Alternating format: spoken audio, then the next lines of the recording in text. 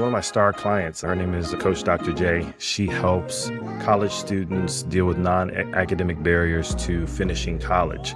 She has been struggling with getting her business off the ground for 7 years or so, and she was able to jump into Launch Ignition. And in about 6 months, she was able to get her business out in the market, and now she's in the middle of negotiating two, not one, but two six-figure contracts. So you've helped over 112 revenue through scalable systems. Can you walk us through a success story that highlights the power of these strategies in action?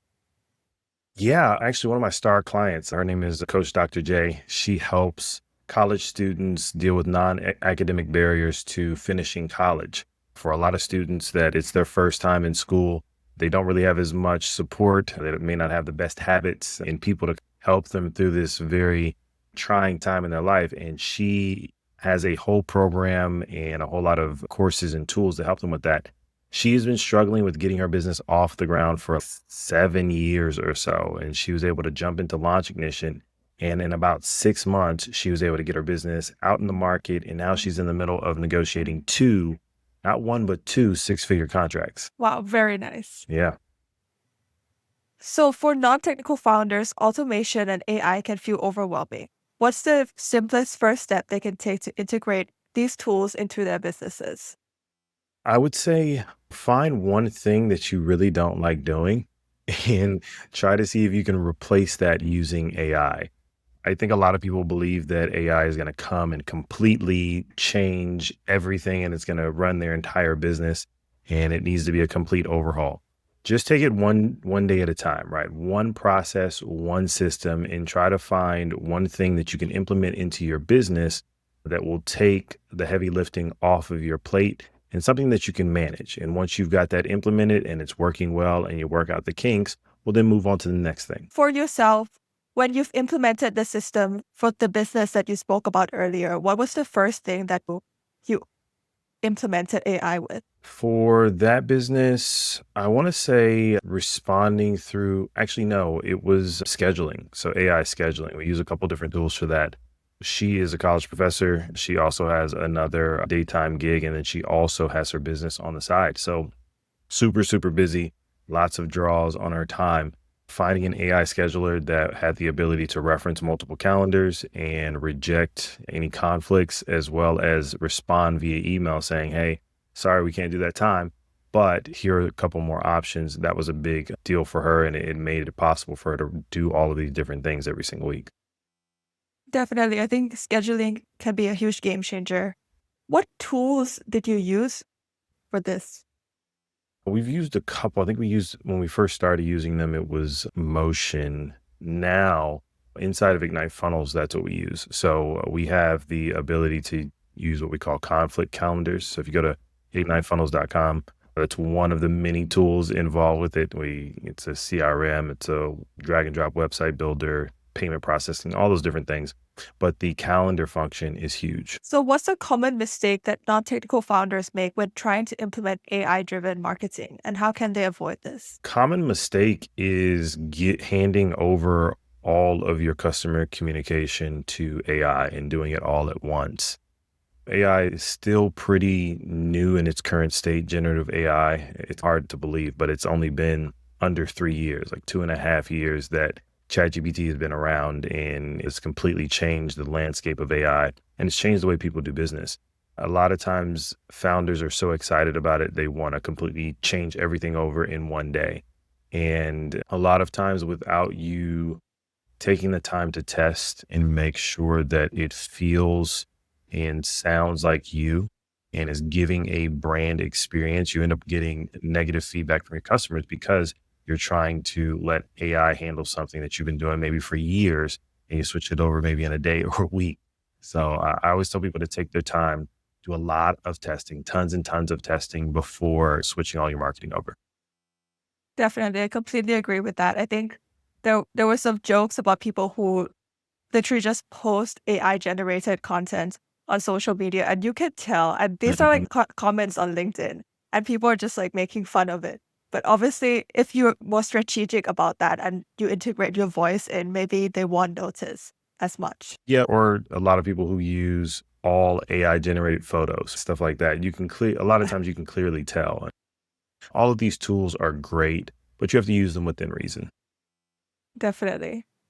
So, what are your favorite AI powered tools or platforms that any founder, regardless of technical skill, can use to streamline their marketing efforts? I'm biased, but Launch Ignition is one that is great for founders. A lot of times founders have an issue focusing, right? They have shiny syndrome. What is it? Shiny object Shiny syndrome. That's what it's object. called. And Launch Ignition gives you a path forward, right? Utilizing AI technology to ask you questions about your product or service, and then giving you a framework to make sure that you're hitting all the key points of your business. So I would probably start there. Obviously, like I said, I'm biased. Outside of that, some other tools, ChatGPT. Obviously, if you're not using ChatGPT, that's the common one. Another one that you can use, there's one called Radial that's pretty good with collecting information and responding in kind, multi-channel response on multiple platforms. That one's really good. We've done a lot of testing with that one. Yeah. So, when did you launch Ignition? Oh, coming up on 2 years now. Just shy of 2 years, I want to say. It wasn't AI when we first started it. It was just a coaching program. I have my agency, Websterberry Marketing, and we had set a minimum amount that people needed to spend in order to work with our agency. And we realized that there was a lot of entrepreneurs that were just getting started or maybe in their first couple of years that didn't have that to spend. But we did that out of practical reasons. A lot of times, if you haven't hit a certain revenue number, you don't have a certain amount to spend in marketing, you really haven't figured out how to scale your business. You haven't figured out a lot of the basics to deal with an increase in volume as far as leads and new customers. And with Launch Ignition, I wanted to take all of the things that I've done in all of my businesses, the things that we've implemented in some of the larger businesses in order to help them handle more customers, streamline their sales, and really dial in the processes of their business. So I just turned it into a coaching program. And from there, I turned it into a little rudimentary software. And then it turned into a better software. And then once ChatGPT came out, we're like, oh, we've got to figure out how to implement generative AI into it. And it just steamrolled. So now it's a coaching program. It's a AI-based software, and it's also an accountability program where we have weekly calls with all of the members in order to make sure they're actually getting things done. I love that because I feel like accountability is one of the main factors in terms of driving your business forward because not having that support makes it difficult, especially since founders are usually just sitting there alone on their computer around the world. Yeah, it can feel lonely. It can feel like Yeah. no one truly understands all of the things you're doing, especially when you've got pressure from friends and family, maybe to just focus on your day job or go back to your day job or whatever. And like I said earlier, this shiny object syndrome, a lot of times you don't really know what to focus on. Should I start a YouTube channel? Should I start a podcast? Should I be doing TikTok dances? I don't know what I should be focused on. And a lot of entrepreneurs just go round and round, picking random things, but not really getting much results out of it. So, based on your own experience, how did you overcome shiny object syndrome? How were you able to pick something that was more for you and something that's not some new shiny thing? Honestly, it wasn't until maybe 5 years ago that I finally broke down and just got a coach. That was the big inflection point in my business. I've made money. I've made plenty of money. I've made money. I've lost money. I've started businesses. I've lost businesses. But once I got to coach someone who was a lot further along, who had made more, who was more well connected, more seasoned, that was the first time that I truly felt like I had a true North Star and I had a resource that I could go to keep me from veering off to whatever brand new idea I got or whatever new technology or trend I saw on YouTube. Basically, whenever I would decide I wanted to make a new decision or go in a different direction, I would check with my mentor first. And he would say, oh, yeah, that's great. But you do know that you still got that one project we talked about last week, right? Have you finished that? And I'd be like, oh, now we're about 25% of the way. I think you should probably finish that. before listening to some random guy on YouTube. So it made a big difference. And I very much recommend everyone, if you don't have someone, in your life, in your business that is helping you stay focused or giving you some advice, then you definitely should. Launch Ignition is a great resource, but you'd be surprised how many high powered CEOs or retired CEOs are willing to speak with you, give you their time, and give you their expertise. Definitely. I think having a mentor can be a huge game changer. Indeed. So, can you share a framework for scaling a business through automated systems, even when the founder has limited time and resources? Yeah, actually, the biggest thing is one, focusing on finding a predictable lead source. That's probably one of the biggest issues I see with new founders. They get referrals. Maybe they go to a couple networking events or a couple conferences. They get a couple people that are interested and excited, and maybe their last client referred some. And because of that, they get bogged down in doing the work for the few clients that they have, but they never really sit and say, hey, where can I get leads consistently? And at what frequency is that consistency? Is it one lead a day? Is it 10 leads a week? Is it 50 leads a month? And even when they start getting those, a lot of times they forget to like track where it came from. If they're getting leads, are most of your leads coming from one particular person? Is it coming from an adjacent business? Is it coming from a networking group that you're in? Tracking those things lets you know where you should spend more of your time and more of your energy. And once you have that, now you've got more opportunities, you have more clients, you have more revenue, and it allows you to scale. That's probably one of the biggest things. As far as automation tools, you should use a CRM. Again, for me, all of our clients in Launch Ignition, all of our clients, agency, Webster Bay Marketing, we use Ignite Funnels because it allows us to keep all of our tools in one space. But there's a lot of great CRMs. If you don't have a CRM that you're currently using, I'm telling you, you're absolutely doing it wrong. You should stop what you're doing and get one. But that's key. Yeah, definitely. Even if you're just using Notion, you should be tracking all of these things. Indeed. So, how do you balance using automation to save time while still maintaining a personal touch with customers? That's a great question. I would say the way we do it is one, we try to collect as much information as possible through various stages. We use a lot of behavioral data. So if you've landed on a certain page, maybe you filled out a certain form or showed interest in a particular lead magnet or one of our products or services, we try to fuse that into our emails and text messages to make it seem a lot more personalized. And then we do face to face. When we're prospecting, we try to set meetings to actually speak with someone. Before you get to us, there's a lot of automation and emails and text messages and ads that you see follow you around the internet. But then you schedule with us and you get a real human. You get to talk to them, they get to learn about you and your business, and then hopefully make a recommendation as to how we can help you solve your problem. So I think it allows us to sift through people that are just looky-loos at scale and then spend our personal time face to face with people that are actually interested. Definitely. So, there is some kind of workflow behind this, right? You only talk to people who are super interested. And also, the people who are super interested, what kind of number are we looking at that you would have to talk face to face? Like how many people? Yeah. Oh, it really depends about for your business. I actually, in Launch Ignition, we do a meeting every Monday and we talked about sales last night in a sales script. So it's funny you ask. I would say that you should be spending at least 50% of your day in sales, right? If you are not spending 50% of your day collecting leads, pitching customers, following up with customers, then honestly, you are missing the boat. You building your product, improving your product or your service, all those things are great. But at the end of the day, business is about revenue. Revenue comes from sales. Sales come from leads. So if you're not spending the vast majority of your time doing that, then I don't know what you're doing.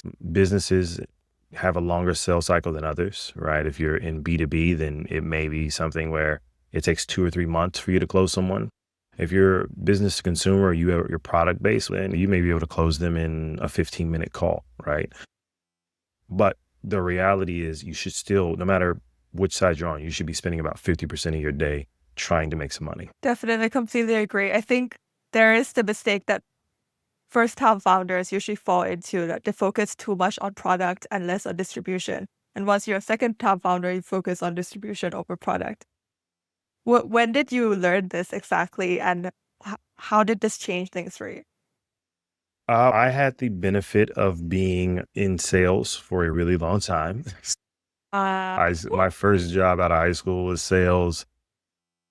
I eventually became a sales manager. So I've got 10, 15 years of sales experience, both as a rep and in training. I've trained maybe 700 sales reps in my career, hired, trained, fired.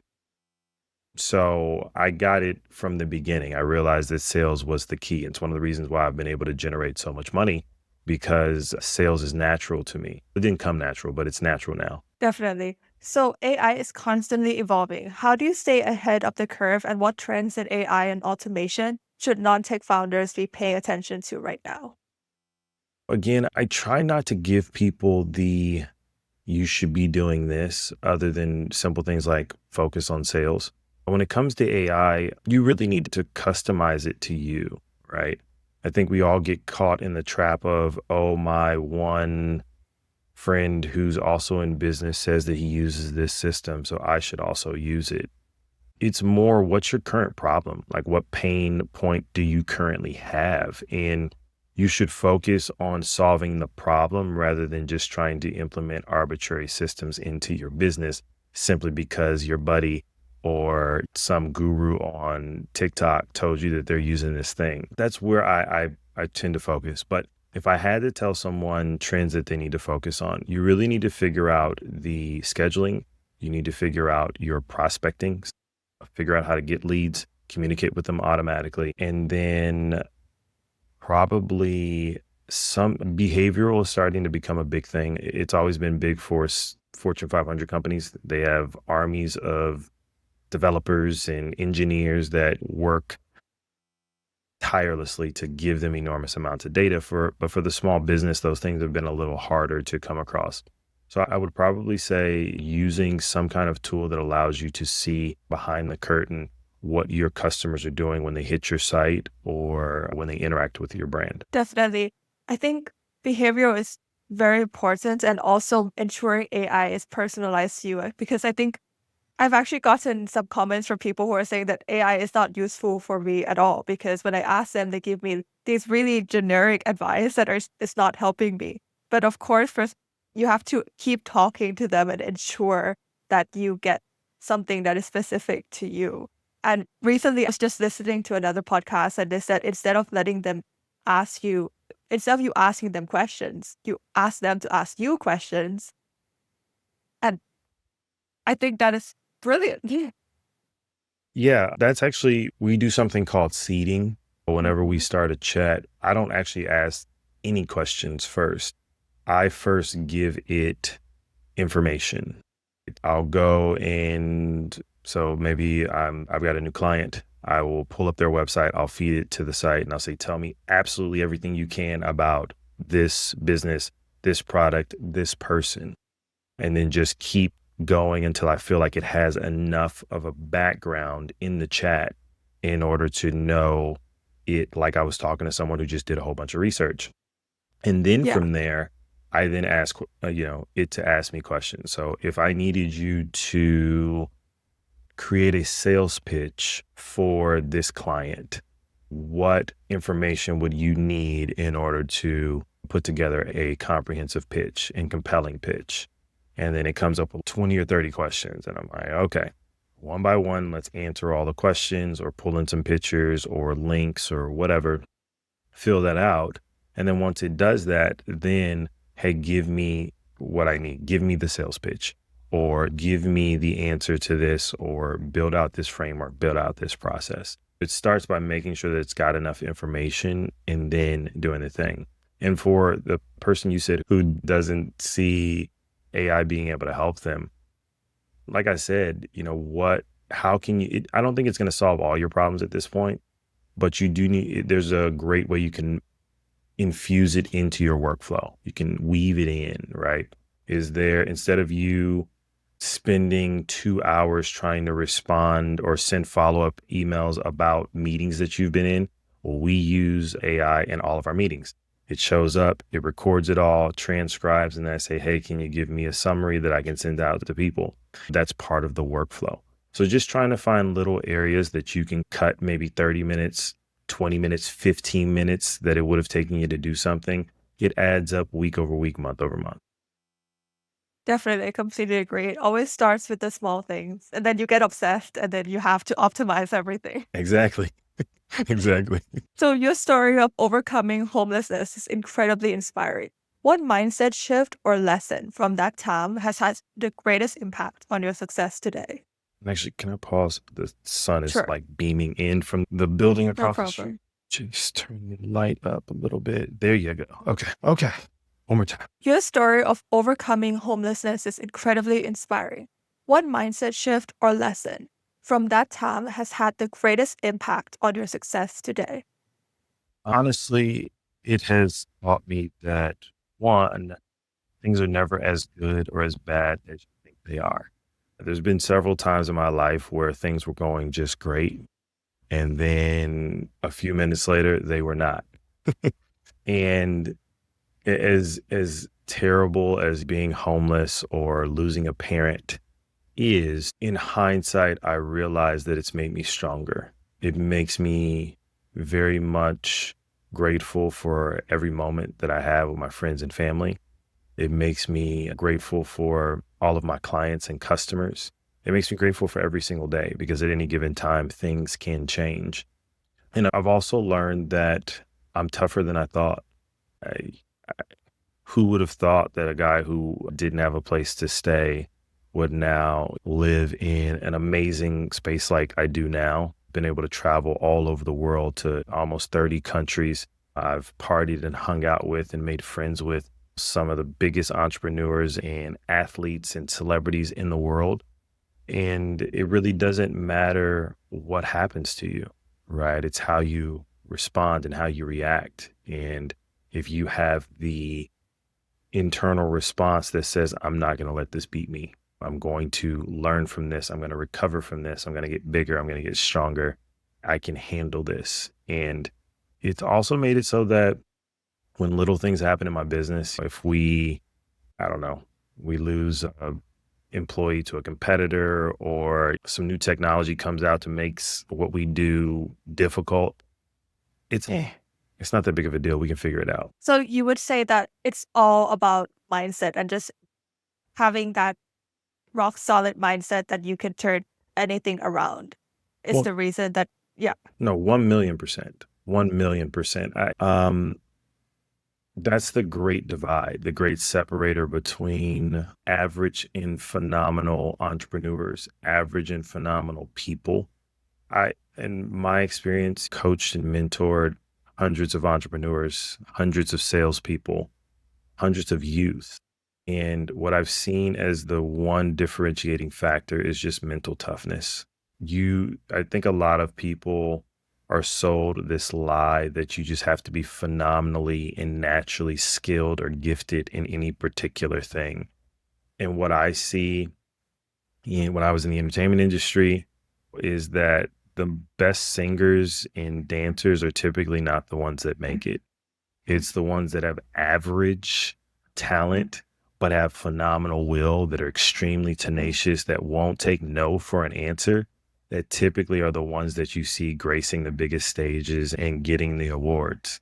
So it's all about mental toughness. It's all about your ability to overcome and adapt. definitely. Would you say there was anyone from your history that kind of helped infuse this mindset within you? Oh, my mom. My dad had a troubled past, but he gave me the gift of confidence and the ability to connect with people. And my mom was just doggish about building my self-esteem and letting me know that I was put on this earth to add value, that I was tough, that I was gifted, that I was loved and wanted and deserved to be here. And she crystallized that in me. And that has carried me through a lot of hard times, and it's made me realize that I can do anything that I put my mind to. I love that. So, what motivated you to focus your career on empowering non technical founders, and how has that helped your approach to building scalable systems? I started in just wanting to help people. Had a couple people just say, "Hey, would you be willing to meet with me and give me some feedback or some pointers? I've got this idea, or I was thinking about." And after the eighth or ninth person, I was like, maybe I should do this a little bit more formally. And it came purely out of me wanting to help entrepreneurs not go through the same thing that I did, really just out here making enormous amounts of mistakes, trying to figure it out. So if I figure if I can give a couple words or share a resource that cuts 3 months, 6 months, a year of mistakes off of your journey, then why not? Because I wish that someone would have been here to do that for me.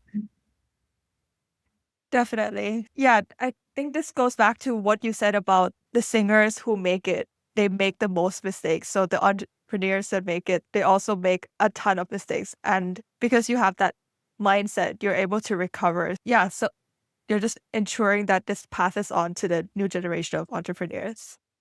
Yeah, yeah, it's entrepreneurship is tough, especially if you're the first entrepreneur in your family, right? Maybe you come from a family of doctors or maybe blue collar workers. Hey, everyone's worked for this same company for the last 50 years. And when you're the one who decides you want to do something different, you want something different, you see something different for your future. Maybe your family or friends are not the most supportive, and you don't really have much in the way of results to show why you should keep going down this path. It's really tough for you to not take the seemingly loving advice of people that are maybe trying to deter you from your dream. And it takes a lot of internal will and stubbornness to believe that you can do something that you've never seen anybody around you do. And a lot of times it just takes someone there to say, "Hey, I get it, and it's going to be okay. You just got to pick yourself up and keep going." I love that. You're completely right. I think if you're born into a family that are not entrepreneurs and also you're not surrounded by them, people will think you're a bit weird. Like, why are you doing this when everyone's getting a job? But then if you fast forward a few years, it's like going to be very different if you keep persevering and surrounding yourself with like-minded people. Indeed, even in my family, up until the last year or so, I didn't really share much with my family about what I did because they have a lot of opinions. And part of doing this thing is like protecting your mental sanity and mental health. And a lot of times, well meaning family saying negative things is not the best way to stay mentally healthy. So I really got into a space where I didn't talk to them much about it. I didn't publish things on social media much to keep and protect my sanity. And in the last year, as an agency, we've added public relations and all that kind of stuff. So I've been doing podcasts, I've been doing interviews, radio, TV, all these different things. And now that I'm getting publicity, I think yesterday I was just featured in CEO Weekly. And I sent that to my family. And there was another article that came out 2 weeks ago. And I think last week we got a nomination for the best PR and marketing company in Dallas. So it's like when I'm on podcast and when I'm on the TV and on radio or there's an article, now my family's, "Oh my God, it's amazing. I always knew you were going to make it. Yeah, you're doing such a great thing. Wow, keep going." And I'm just like, man, like 4 or 5 years ago, you were the exact same person that told me, "Stop, get a job, man. What are you doing?" But I like to share those things because for the entrepreneurs out there that are dealing with that are dealing with family and friends telling you to stop, if you keep going and you prove them wrong, they'll be your biggest supporters. And they're going to be the one that says, "Oh, I always believed in you," even though obviously they were not. But I always have that I'm going to prove you wrong mentality. I'm going to make it. I'm going to make you eat your words, right? But I'm competitive that way. And not everybody's cut that way. But I would say if you plan on doing this thing called entrepreneurship, you definitely should try to adopt some of that mentality. Definitely. I completely agree with the prove them wrong mentality. But how do you ensure that you're also going on the right path for you and not a path that is just about proving them wrong? Because I think there is a balance that needs to be had with this. Yeah, you don't know. Honestly, I don't think it's a bad thing if it is just about if it's just about proving them wrong, then you probably don't really you're not really into the thing that you're talking about, right? So first, make sure that you have a passion for what you do, right? You honestly want to help people, you want to bring value, you want to solve problems for your customers. And then for me, I use it as fuel. I'm the don't tell me what I can't do type, right? The quickest way to get me to do something is to tell me I can't do it. I don't think there's anything wrong with you having a chip on your shoulder. No, I can do this. Oh, you said I can't? Awesome. I'll definitely prove you wrong now. I always use myself and my own achievements as the way that I measure my contribution to the world. And giving yourself some goals, giving yourself a target of, oh, I'm going to make you eat your words. Or I actually had a teacher that told me, I was in college, and he said, "Oh, you think that you're gonna be Donald Trump?" This was back when Donald Trump was not what we know now. He's like, "Oh, you think you're gonna be Donald Trump? There's absolutely no way that you're gonna make that." And I'm not a billionaire yet, but I'm on my way. And hopefully he's listening. He knows who he is. Hopefully he sees this or an article or he sees me on some TV station. I used to teach that guy. Prove your detractors, the naysayers, the haters wrong. Get out there, get up every single day and do everything you can to make sure that your business succeeds, make sure that you add value to your customers, and make sure that anybody who's ever doubted you thinks twice next time. I love that. I think that is such a great quote to finish off the podcast on. So prove them wrong and also make sure that you're here to make contribution to the world. You're passionate about what you're doing. Yeah. Yeah. Yeah. Thank you so much, Arias, for coming on the podcast and for your contribution to the world through this podcast. Thank you for your contribution, right? You are here spreading the good word. You are giving an entrepreneur a voice. You're giving them a little bit of encouragement to go forth another day. So I appreciate you. Thank you so much.